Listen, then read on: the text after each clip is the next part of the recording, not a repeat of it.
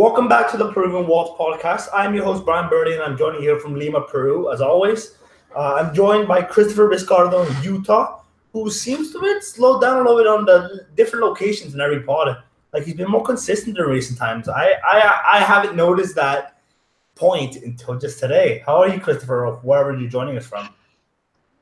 Well, I am in Lehi, Utah right now, with the exciting news that I will be attending the Peru-USA match in Connecticut next month. So that's kind of what's new with me. So that might mean that I might do the show from Connecticut. We'll see. But there's a good chance that I might be doing either the show from Connecticut or New York City. We'll see. I'll let you know so that you can prepare yourself, Brian. So good segue there. We're also joined by Peter Galindo, as always, in Toronto. Let's figure out where you're from. How are you, Peter? No worries. I'm doing well. Hopefully we'll be joining Christopher in Connecticut because that is actually something I have my eye on, depending on my work schedule. So maybe it'll be both of us in the tri-state area doing the show live. Oh, well, and there's also the chance that, what's it called? I'm sorry, our other podcaster will be joining us too. Diego, yes. I'm sorry, Diego, if you're listening to this. I totally know who you are. How are you guys going? How are you guys going to plan a Peruvian Waltz reunion without me? There's nothing holding you back, man. Just gotta buy yourself a plane ticket and go through immigration. I have no money right now, so how am I gonna do it? I get to North America that easily, man. No, Diego does live in Boston, in Massachusetts. Looks like Peter's gonna meet Christopher face to face before me. So I've already met Peter. I've already met Michael. I think they're the only two podcasts. I'm gonna meet Michelle later this year, but I've only met Peter and Michael. I'm pretty sure, unless I'm forgetting someone else. But yeah, anyways, let's enough rambling. Let's actually get started with the pod. I'm just gonna refresh super quickly because I have a feeling the podcast is paused. I'm just gonna make sure everything is all right. Yeah, it's good. Okay, we're all good. Yeah, so Peru lost both their games, which we said in the last podcast. Me and Peter said in the last podcast that we were going to lose both their games, and look at that, we were right. So I'm not happy that we were right, but you know what? It was very obvious. I mean, the Netherlands, the better second half, we could have saw that out. I mean, I'll go into the whole Netherlands match later. I thought they were atrocious in the first half. In the second half, they were a lot better. That's why the Netherlands won. But against Germany, they actually did play well. You could see there's a lot of work to do. I mean, the squad's kind of had its day, and I think there's a lot of changes we should make, and we'll discuss those soon. First of all, just a brief consensus on the two matches. I'll let Christopher go first. What was your brief consensus of these two? Well, first of all, I think that with both of them, we saw Peru doing well in one half and then just doing terrible in the other. With the Netherlands match, it was the first half was kind of Peru's highlight, and with the Germany match, it was the second half, in my opinion. I think that overall, there was no disastrous performances from any one particular player, but there was, unfortunately, some teamwork aspects of the game that need to be refined. I'm sorry, I couldn't unmute my mic for some reason. Okay, I agree with that. Peter, why don't you go with your opinions? I just want to say I'm gonna try. If I take long to reply, sometimes it's because it's not letting me unmute my mic because my chair is it's literally broken. I need to get a new chair, and I don't want to make Peter's editing work a nightmare. So I don't want to hurt your ears on SoundCloud. So it's kind of a favor I'm doing to all of you. So Peter, what do you give us your thoughts? Very gracious of you, Brian. Yeah, agree with Christopher. It was obviously a tale of two halves in both games. It was just sort of a contrast based on which half Peru actually played well in. The Germany game to me was a lot more encouraging, and I think that's because of the fact that you look at the game against Holland, it was so obvious that so many of these Peruvian players were not match fit in comparison to their opponents. And then once they played Germany, you could kind of see that especially those players who maybe hadn't gotten a lot of minutes, like Anderson Santamaria, Miguel Trauco, et cetera, you could see that they started to grow into the game a lot quicker against Germany.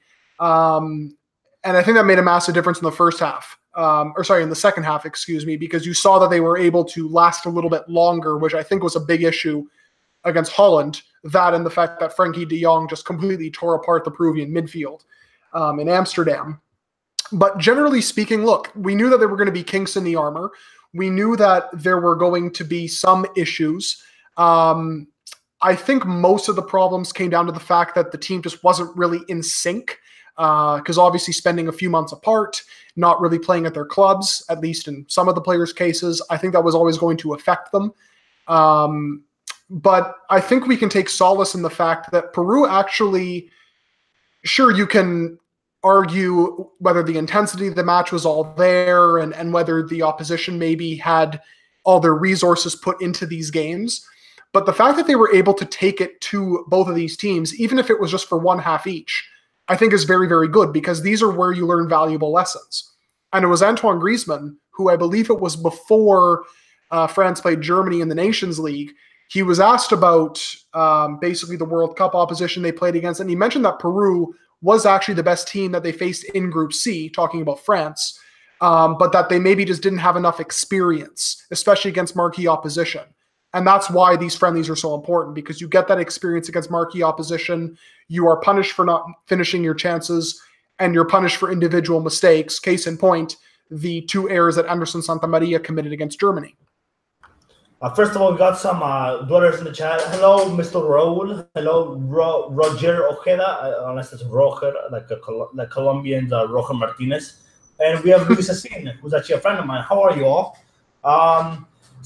Let's, Peter, why don't we, well, first, before we get to the questions, because we're gonna segue the questions into, we've got a lot of questions today we have to answer.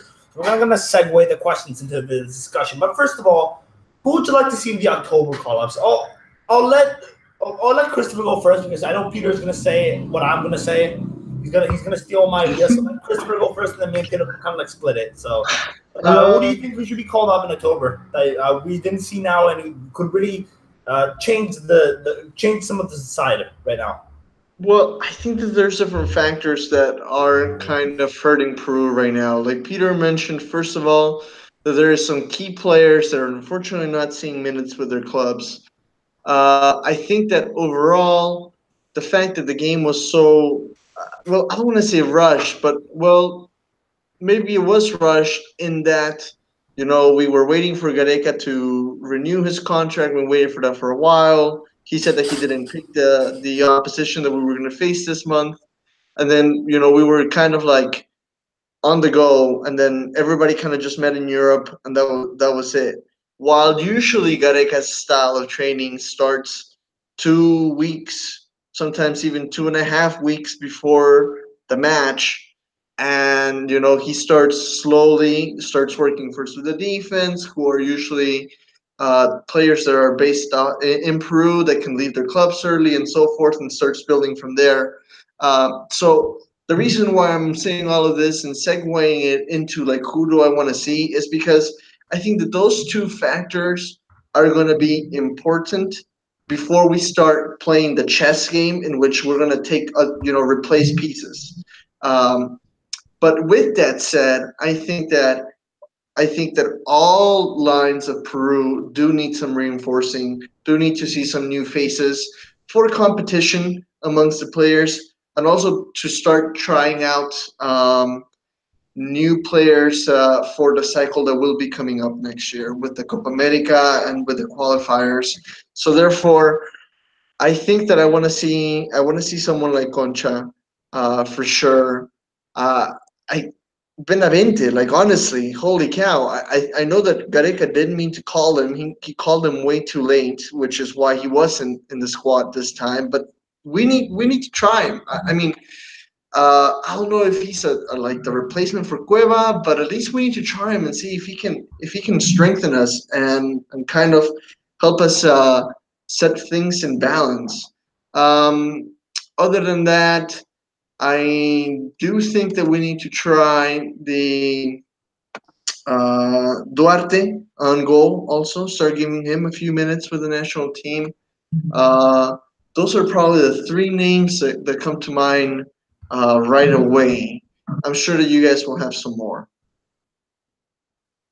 Yeah. Myself, I mean, I totally agree with all three of those names. The problem with Duarte for me, though, is he's not playing with Lobos, which I think is going to come into effect. That doesn't mean that I don't want to see him. I certainly do. I think even if he isn't match fit, he's still one of the most talented goalkeepers Peru has at their disposal. So it can't hurt to give him a shot, even just to have him in camp, much like what happened in March. In terms of the other names, agreed with Concha as well. I think Peru needs someone who can drive the play forward. That's why I'd like to also see Calcaterra start a little bit more if he gets called back in October and November, because I think he can give you a little more dynamism in that midfield, which I think Peru really lacked. They lacked just cohesion and the ability to control a game.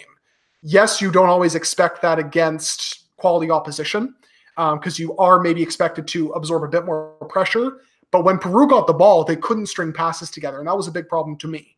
Concha maybe a little bit more of a dribbler than he is a passer, which is why another name I'd like to see is maybe Jesus Fretel, who can, I think, fill in one of those deeper positions. That would be very, very ideal.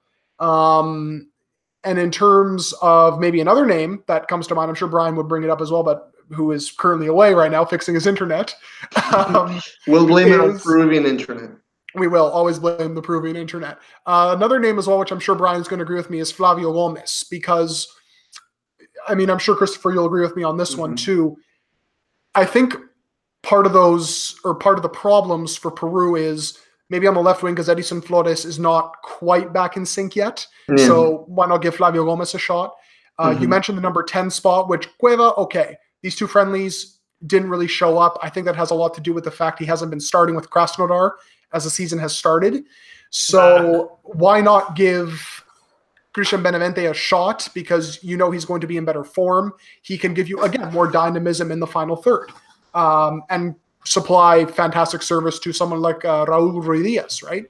So I completely agree with your names. Just to throw one in there, though, probably Jesus Pretel, someone who I think has been exceptional in Peru this season. And if you look at, in terms of who leads the league in passes forward, progressive passes, whatever you want to call them, Pretel is right up there with all age groups, not just under 21 players, under 23 players, but out of all players in the Peruvian league. So maybe a name to consider. All right, I'm back. Peter, who did you say firstly? I said Pretel, and that was really the only name I threw in, and Flavio Gomez.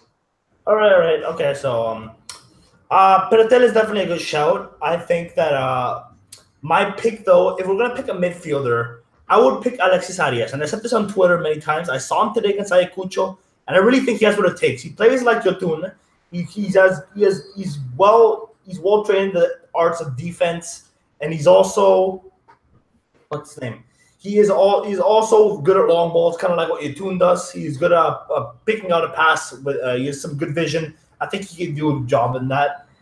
He is also there's also his off the ball movement. That's another thing I was impressed with today. I always thought he was like just a typical deep line playmaker that kind of just sits in that hole and just picks out passes. But no, he's more than that. Now keep in mind he did look out of his depth in the Panamericanos. You know that one where we lost to Panama 2-1 with that last minute penalty. When we lost to Brazil 4-0, and I think with 4 goals like in the first few minutes.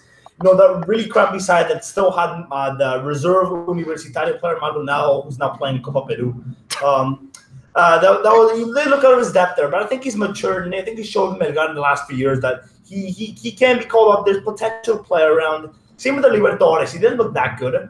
And to not sound like a hypocrite, because I always criticize Holbrook for this, but I do think that Holbrook is kind of like at his peak right now. Whereas Arias is still young and you can play around his potential. So I think that's the difference between those two. And another name I want to throw, maybe Patricio Arce, who's been exceptional with Melgar, but maybe at the same time he's kind of like Holberg. I mean, I don't know how he's going to do. I haven't seen him much of the Libertadores compared to other players. He didn't play as much. But he's a player that maybe try out. I don't know. He could be a Holberg as well, but he's an example. And there's one more name I had. Let me just get it up quickly. Right. No, that's it. I was going to say Flavio Gomez as well, but Peter already covered it for me. So those are a few players. Now, What do you guys think of those names before we get on to the first question, which is actually answered in the chat? So to add on to the ADS point, because one of my biggest takeaways from this friendly, and I'm sure many other people have noticed the same thing. In fact, they all replied to my tweets saying, "Oh, I totally agree with you on this." Yoshimura Yotun has not been good for about a year. He has slowly declined really since he joined MLS, which I don't think is a coincidence at all.